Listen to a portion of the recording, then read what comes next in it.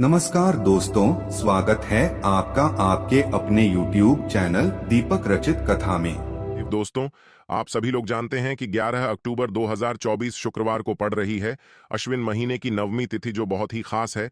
तो इस दिन का महत्व और भी अधिक बढ़ जाता है। और दोस्तों, इसी दिन किया जाने वाला पंडित जी द्वारा बताया गया एक छुटकी हल्दी वाला उपाय लोगों को जरूर करना चाहिए। अश्विन महीने जो नवमी तिथि आती है उसी दिन किया जाता है। अगर आप लोगों ने इस उपाय को नहीं किया है या किसी कारणवश नहीं कर पाए हो, तो इस शुक्रवार नवमी तिथि के दिन इस उपाय से मत चूकना।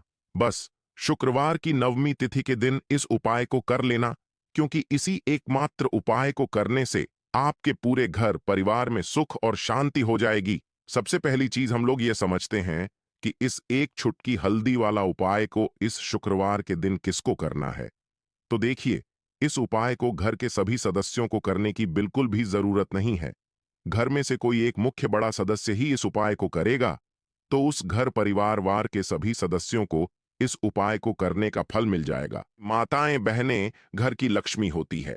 जब घर की लक्ष्मी कोई उपाय करती है, तो निश्चित ही भगवान शिव जी बहुत जल्दी प्रसन्न होते हैं।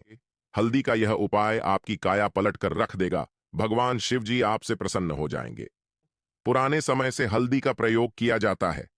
हल्दी नाना केवल हमारे भोजन को स्वादिष्ट बनाता है, न जाने कितने अनगिनत फायदे हमें देता है।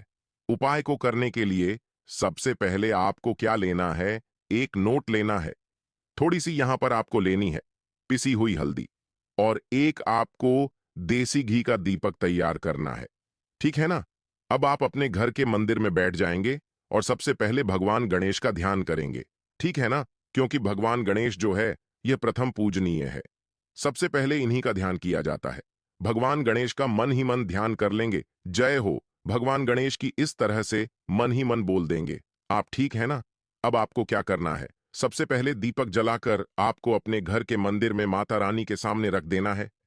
घर के मंदिर में बैठ जाना है और पीसी हुई हल्दी जो आपने ली है, जो एक नोट लिया है, उस नोट को आपको अच्छे से खोलकर मंदिर में रख देना है।